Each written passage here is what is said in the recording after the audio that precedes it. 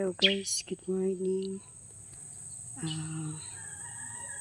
Busy na naman tayo. Maghawan tayo ng mga tanim na rambutan at saka binhi ng niyog. Yan na po siya kasukal ngayon. Lilinis ko po yan. Ayan po yung mga rambutan. Hinahawanan ko. Ayan.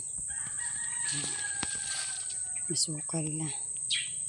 Hahawanan ko na naman yung mga puno. Tapos sunod na mga araw kung magkaroon ako ng budget, kailangan mapatabasan ko na naman ng damo tong ano.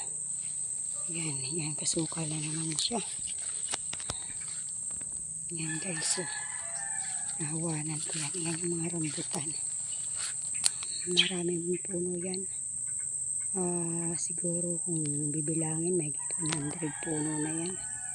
Yan yung mga binhi ng niyog. Lubi-lubi pinananim ko. Yan yung mga malalaking puno ng rambutan. Yan, oh. Okay guys, continue na naman ako sa paghahawan. Bye.